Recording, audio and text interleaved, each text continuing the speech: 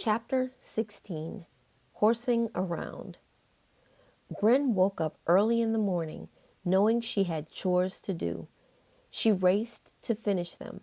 She listened to her Gloria Estefan tapes on her cassette player through her headphones as she worked. The hall bathroom only took 3 songs worth of time to complete. The vacuuming took 4 songs worth of time. Bryn didn't mind turning the tape to the other side, but she didn't like mopping the kitchen floor because she knew this meant she would either have to repeat some songs or go and get a different tape before she finished the floor. Between sweeping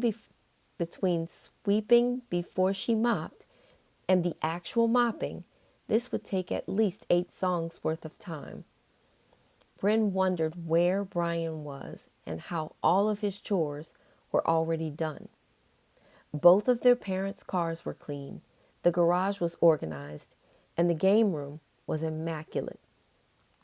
This made her very curious. Bryn took extra care to arrange everything in her room neatly. She thought of how Earl teases her about not being particular and how she fidgets so much. The kitchen floor, the bathrooms, and her bedroom were the cleanest they had ever been.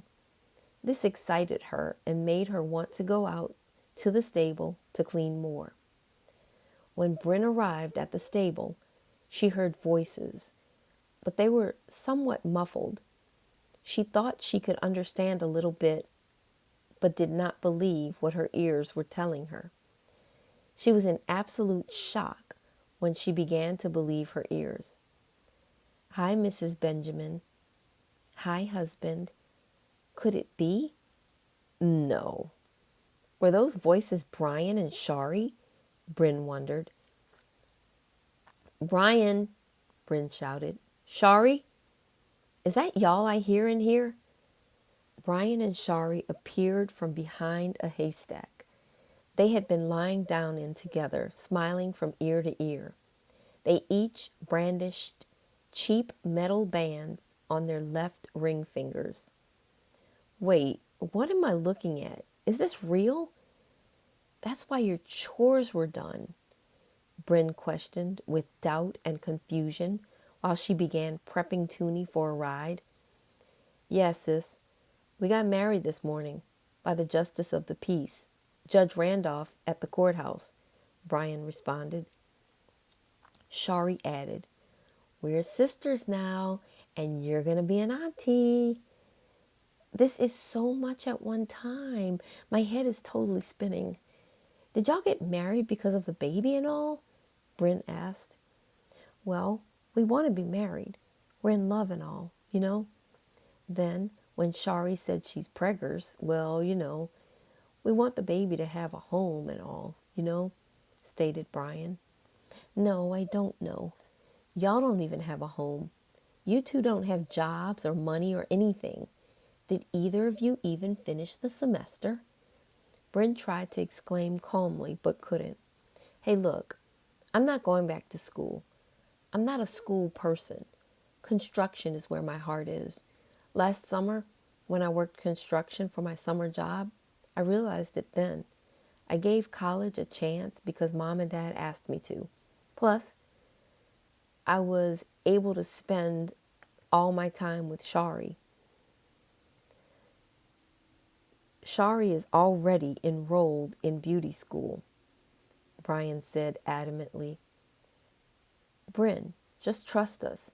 It'll all work out. Please, just keep it quiet and all, for now. We'll tell everyone when we think the moment is right," Shari begged. "Everyone can see the rings on your fingers, so don't wait too long," Bryn expressed. "Look, you two have my support. I know you are both in love, that's for sure. The baby will be fortunate enough to at least have parents who love each other so much." Bryn hugged Shari tightly. "Congratulations, sis." Then she gave her brother a squeeze too. "Congrats, bro. You better give this your all. I'm rooting for you." At that point, Bryn had Toonie all set to ride. "Nay, Toonie whinnied. Bryn laughed at Toonie and said, I'm coming, girl. Hold your horses. Bryn hopped on and trotted away slowly out of the stable. Bryn, ride Toonie later. The weather is supposed to get pretty bad, Brian warned. Bryn looked up and said, Brian, look at the sky. The weather is perfect. Brian looked up and Bryn rode away.